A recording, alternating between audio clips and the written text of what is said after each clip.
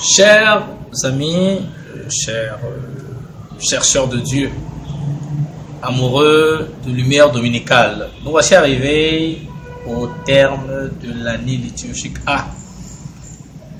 Passionnante démarche, passionnante entreprise, aventure. On a bouclé les 34 dimanches à quelques différences près de ce temps de grâce avec Sœur Mathieu. Nous avons découvert le Seigneur nous présentant le royaume des cieux. C'est donc d'abord une action de grâce, gentil, un merci à Dieu, à nous tous qui avons été fidèles lecteurs, fidèles auditeurs, fidèles amis de ce moment. Aujourd'hui, l'Église nous donne de faire mémoire de Saint Innocent, un jésuite qui a été apôtre au Moyen-Orient. Il est mort en 1731. À l'occasion de la solennité du Christ, roi de l'univers, nous avons les textes d'Ézéchiel au chapitre 34, versets 11 à 12, puis 15 à 17, nous sommes 22. La première de Paul aux Corinthiens au chapitre 15, versets 20 à 26, puis le verset 28, et l'évangile de Saint Matthieu au chapitre 25, le verset 31 à 46. Jésus est le roi de l'univers. Il est le roi des rois. Cette déclaration a fait trembler Hérode en son temps, il y a 2000 ans, ce qui provoqua le massacre des enfants de 0 à 2 ans dans Jérusalem. Aujourd'hui encore, la même déclaration peut poser problème, tant elle apporte des bouleversements dans nos vies. Pilate lui-même n'a pas échappé. S'inquiétant de son pouvoir, Jésus a tout fait de le calmer, mais il avait déclaré qu'il était roi. Qu'est-ce que l'Église célèbre derrière la fête du Christ, roi de l'univers? Et derrière l'Église, c'est qu'est-ce que toi et moi célébrons? Qu'est-ce que nous disons? Ou du moins, qu'est-ce que Jésus nous dit à travers cette solennité? C'en est une qui va toujours clôturer nos années liturgiques A, B et C. Je voudrais, pour que nous comprenions davantage cette belle célébration, son sens évidemment, rappeler une question fondamentale qui traverse les Saintes Écritures. Jésus rencontre un jeune homme qui lui dit: que dois-je faire pour avoir la vie éternelle? Jésus lui a dit: va, vends tout ce que tu possèdes, viens et suis-moi. Seulement, il est parti tout triste. Il n'a pas pu, n'est-ce pas, mettre en application la conséquence de sa question. Au lendemain de la résurrection, les apôtres, notamment Pierre, exposent cette grande et bonne nouvelle. Et dans la foule, la question surgit: frères, que devons-nous faire? À Pierre de leur dire: convertissez-vous, laissez vos vies anciennes et accueillez Jésus dans votre vie. Et Luc dit que ce jour-là, la communauté a grandi de 3000 membres. Je reste sur la même question. Que dois-je faire pour être sûr que je ne vais pas rater le ciel?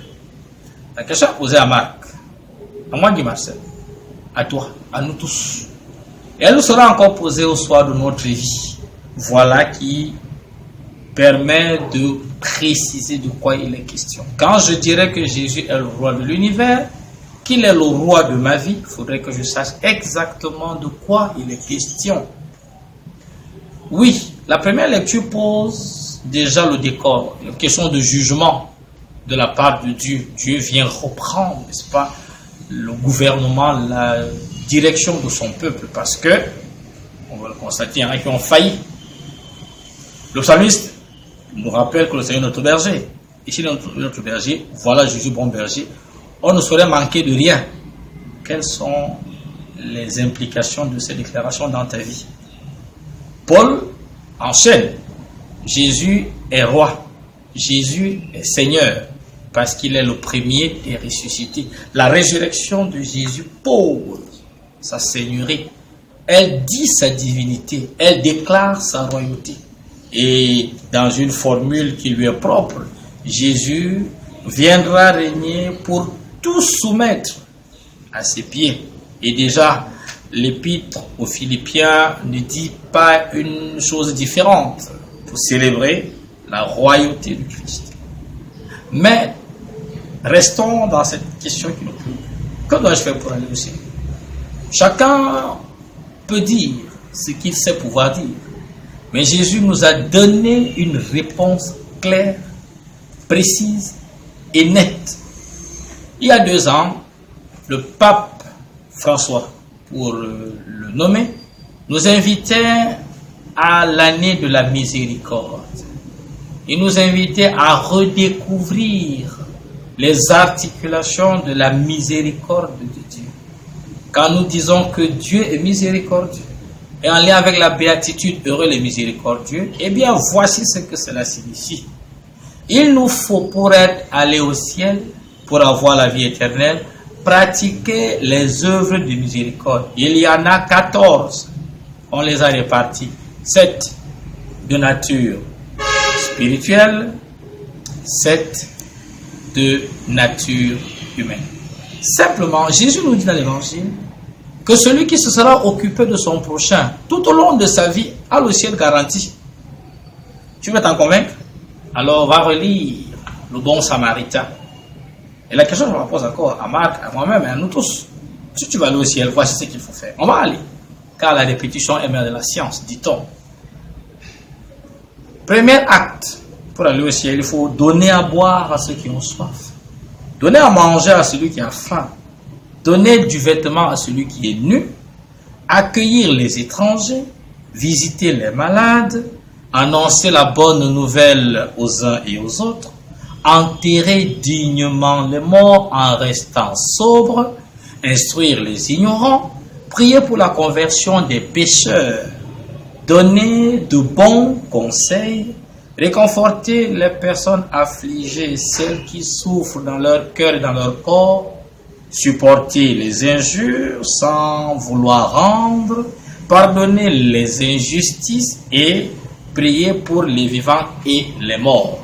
Voilà les 14 choses à faire, les 14 pistes pour être sûr que l'on ira au ciel. Alors quand je dis que Jésus est roi de l'univers, c'est parce que lui-même a mis le service comme critère d'évaluation de nos vies. Il a mis le service comme la clé pour obtenir la sainteté. D'aucuns rêvent des choses extraordinaires pour être saint. Si tu partages ton pain tous les jours, et là il faut également relire Isaïe 58, le Seigneur précise, voici le jeûne que je préfère, être au service des autres. Alors quelles sont les implications, les décisions ou résolutions, n'est-ce pas, que ces 4 ou l'évocation de ces 14 œuvres de miséricorde divine suscite en toi? Où en es-tu? As-tu commencé? Pas encore? Pourquoi? Qu'est-ce que tu attends? Mets-toi au travail. Mettons-nous au travail, car le ciel est à portée de main.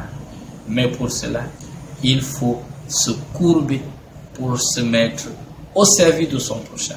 N'oublions jamais, celui qui se met au service des autres est exalté par Dieu.